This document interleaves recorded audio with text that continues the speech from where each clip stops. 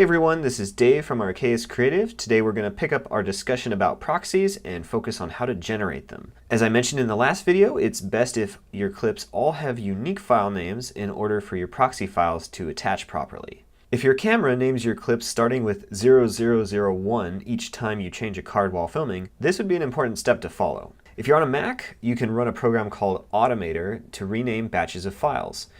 What you'll want to do is drag your first card of footage files into Automator, then in the left-hand column select Files and Folders, and then double-click Rename Finder Items. This next pop-up asks if you want to create duplicate files with the new names, which I typically don't do since projects would get pretty large.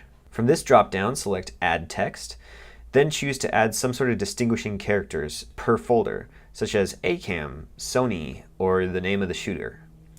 I also prefer if these come before the file names.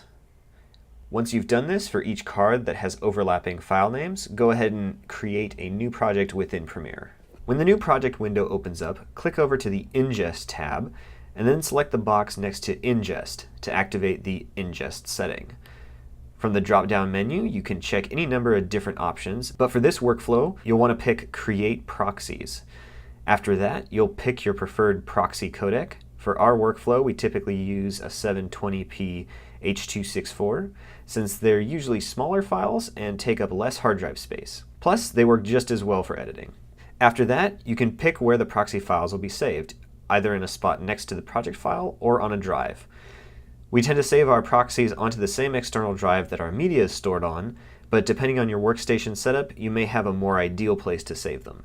Once you've completed this process, you can begin to import your media like normal, and Premiere will open Media Encoder and begin generating the proxy files for each video clip you import. Now, let's say that you've already started a project and have decided you'd like to work with proxies because you're getting poor performance. Right-click on the clip or group of clips you want to create proxies for, and go up to Proxy, and then Create Proxies. In the pop-up window, you can select your preferred codec type, just like I showed you earlier, and set the destination for where you'd like these proxies created. After this, Premiere will create the proxies by sending them to Media Encoder. For both of these scenarios, you shouldn't have to attach proxies manually, but instead Premiere will do it automatically for you. You can check to see if the proxies are attached by making sure that the proxy metadata column is visible in the project panel. Well, that's it for this tutorial. I hope you now have a better understanding of how to create proxies, no matter where you're at in your workflow. Check out our next video where we talk through the ins and outs of editing with proxy files.